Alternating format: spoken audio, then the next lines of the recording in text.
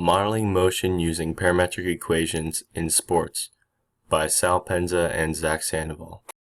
In mathematics, parametric equations define a group of quantities as functions of one or more independent variables called parameters. The term parametric is still debated on for when people actually started using the word. Parametrics are used in engineering, architecture, art, and mathematics. Parametrics are mostly used to show coordinates of objects in geometry, like curves.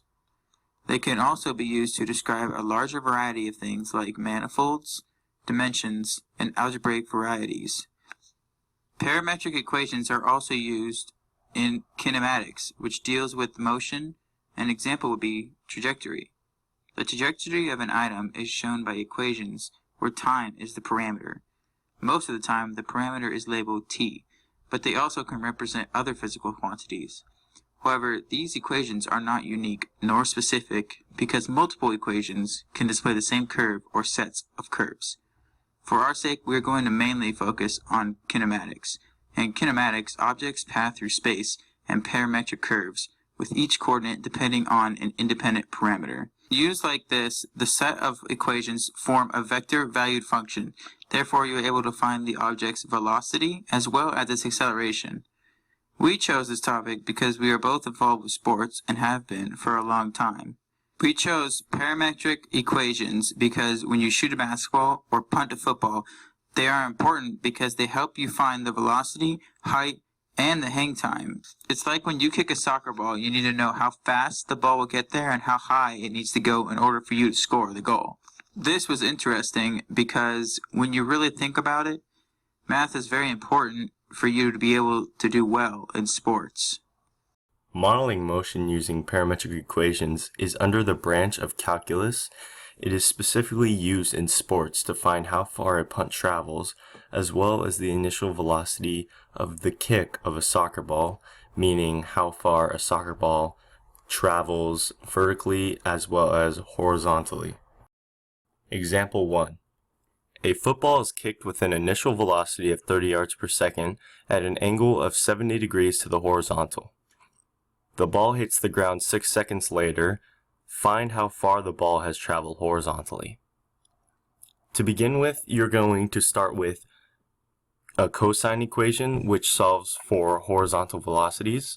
So you're going to plug in your information. So x equals 30, which is your yards per second, multiplied by 6, which is your time, cosine 70, which is your degree. You're going to simplify the yards per second multiplied by the time, which is 6, and you will have 180. 180 cosine 70 equals 61.5 yards, which is your x. And after 6 seconds, the football has traveled 61.5 yards horizontally. Now here is an example of an NFL punt.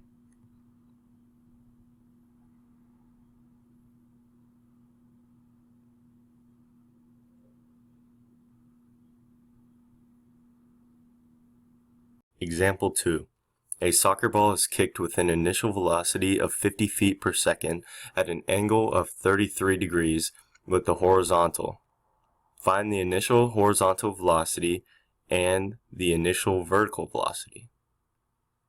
In order to find the horizontal, you must use the x equals cosine and plug in your information.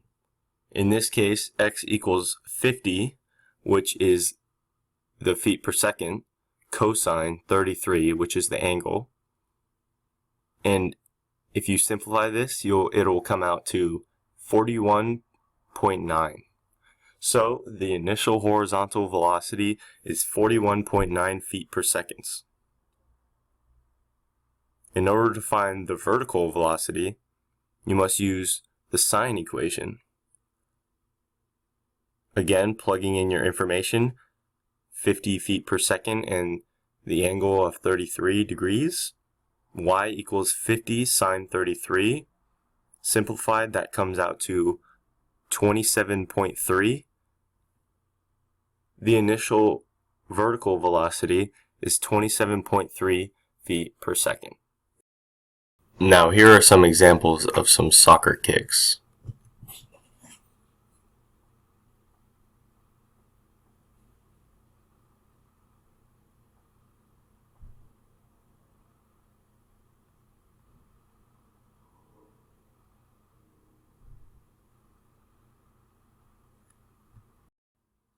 The project has changed my view on the impact of math in our daily lives because, well, we did sports, and if you're trying to find like how fast the ball needs to travel, for instance, like soccer, how fast the ball needs to travel and how high it needs to go if you're trying to score a goal.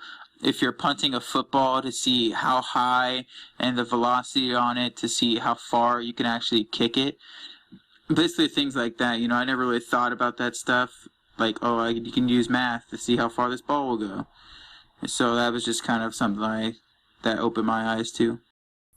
This project has changed my view of the impact that math has on our daily lives because it has opened my mind to how important math is in everything we do. Math is very prevalent in the things we do every day, and we do not even realize it. For instance, when kicking a soccer ball or football, most people are not thinking about using parametric equations to find the initial velocity. But an understanding of this topic could help someone be successful because it would simplify what the person has to do in order to be successful. All in all, math is very important in our lives, especially in sports, and many people take it for granted, including myself.